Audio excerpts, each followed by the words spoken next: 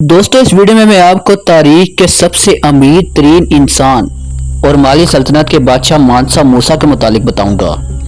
इस शख्स के मुतालिक बहुत कम लोग जानते हैं, लेकिन आज की कहानी में इसको दुनिया की तारीख का सबसे अमीर तरीन इंसान बताते हैं। मानसा मूसा अफ्रीका के मुल्क माली का 14वीं सदी का एक मुसलमान बादशाह था। ये 1312 से 1337 तक अपनी वफात के वक्त तक माली का बादशाह बना रहा। उस वक्त माली की सल्तनत एक बहुत बड़ी सल्तनत थी। मानसा मूसा एक इंतहाई बाअसर खानदान में पैदा हुआ था।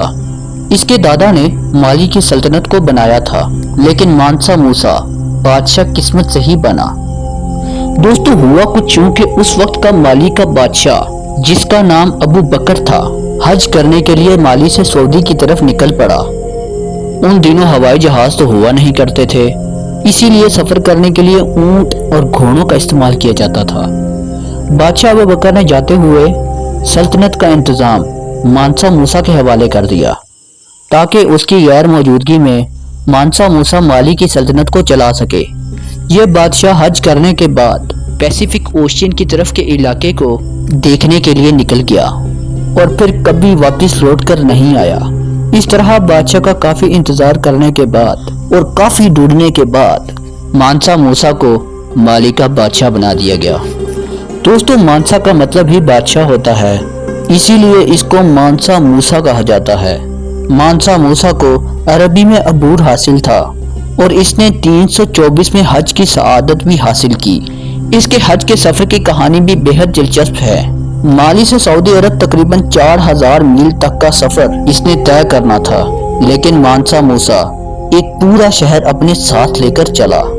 इस सफर की तैयारी में कई महीने लग गए थे। इस सफर में इसके साथ 12000 गुलाम मौजूद थे और हर गुलाम के पास तकरीबन 2 किलो सोना मौजूद था। इस काफिले में घोड़े और ऊंट और कई और जानवर भी शामिल थे।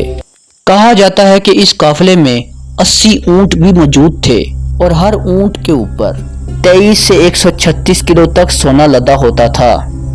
मानसा मूसा ने यह तमाम सोना दौरान सफर गरीबों और जरूरतमंदों में बांट दिया। मानसा मूसा सोना बांटने में इतना सही था कि उस दौर में उस खित्ते में सोने की वैल्यू बिल्कुल खत्म हो गई। लोग मानसा मूसा के गुजरने का इंतजार करते थे ताकि उनको सोना मिल सके। इसीलिए सोना अगले कई सालों तक एक मामूली सी चीज बना रहा। मानसा मूसा ने सोने को फिर से कीमती बनाने के लिए मिस्र से सारा का सारा सोना खरीद लिया। दोस्तों, ये दुनिया की तारीख का वो वाहिद मौका था जब एक शख्स तकरीबन पूरी दुनिया के सोने की कीमत को कंट्रोल कर रहा था। जैसा कि मैंने आपको बताया कि उस वक्त माली की सल्तनत दुनिया की सबसे बड़ी सल्तनतों में से एक थी। कहा जाता है कि माली के एक कोने से दूसरे कोने तक जाने में 1 साल लग जाया करता था। मानसा मूसा के बादशाह बनने के बाद उसने सोचा कि वो पूरी सल्तनत के मसाइल खुद हल नहीं कर सकता। इसने माली को मुख्तलिफ सूबों में बांट दिया और हर सूबे का एक गवर्नर मुकर्रर कर दिया और हर गांव का एक नाज़िम भी मुकर्रर कर दिया। माली एक इंतहाई अमीर सल्तनत थी। माली में सोने की बेशुमार कानें मौजूद थी। इसके साथ माली में नमक की भी कानें मौजूद थी। मानसा मूसा ने अपने दौरे हुकूमत में तालीम को मुफ्त कर दिया था। इसने उस दौर की सबसे बड़ी यूनिवर्सिटी भी माली में ही बनाई, जिसका नाम यूनिवर्सिटी ऑफ साइनकोर था, जहां से लोग दूर दराज के इलाके से पढ़ने के लिए आया करते थे। कहा जाता है कि मानसा हर जुम्मे के दिन एक मस्जिद तामीर करवाया करता था। इसने माली को उस वक्त की एक जदीद रियासत बना दिया था। मानसा मूसा जब अपने महल से निकला करता था तो इसके साथ 300 मुहाफिज होते थे जो इसकी हिफाजत किया करते थे। इसकी सल्तनत के लोग इसका बेचैनी से इंतजार करते थे ताकि मानसा मूसा उनमें सोना और अशरफियां बांट सके। दोस्तों, मानसा मूसा की वफात कैसे हुई, इसके मुतालिक तारीख दानों की मुख्तलिफ राय हैं। कुछ लोग कहते हैं कि मानसा मूसा जब हज कर वापिस आया तो उसकी वफात हो गई, लेकिन ज्यादातर लोगों का कहना है कि मानसा मूसा की वफात 1337 में हुई थी। उस वक्त मानसा मूसा अपने बेटे को बादशाह बनाने की तैयारी कर रहा था, लेकिन उससे पहले ही वो बीमार पड़ गया और उसकी तबीयत खराब हो गई और वो तबई मौत मर गया।